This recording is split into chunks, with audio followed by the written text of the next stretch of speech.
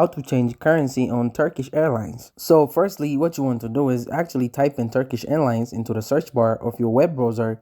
From here, you will see turkishairlines.com. You will need to click on that website. From here, it will take you to this homepage of Turkish Airlines.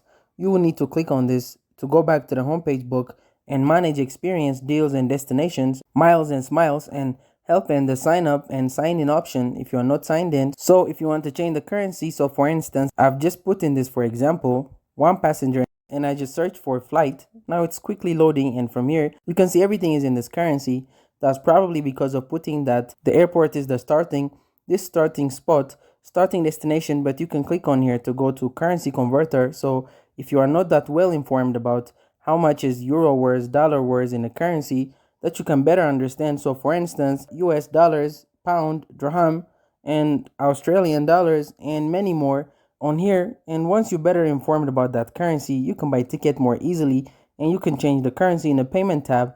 That will be at the end of the booking a flight. So that's basically how you can change a currency in Turkish Airlines website. Thank you guys for watching this video. If this video was helpful, don't forget to like and subscribe to my YouTube channel.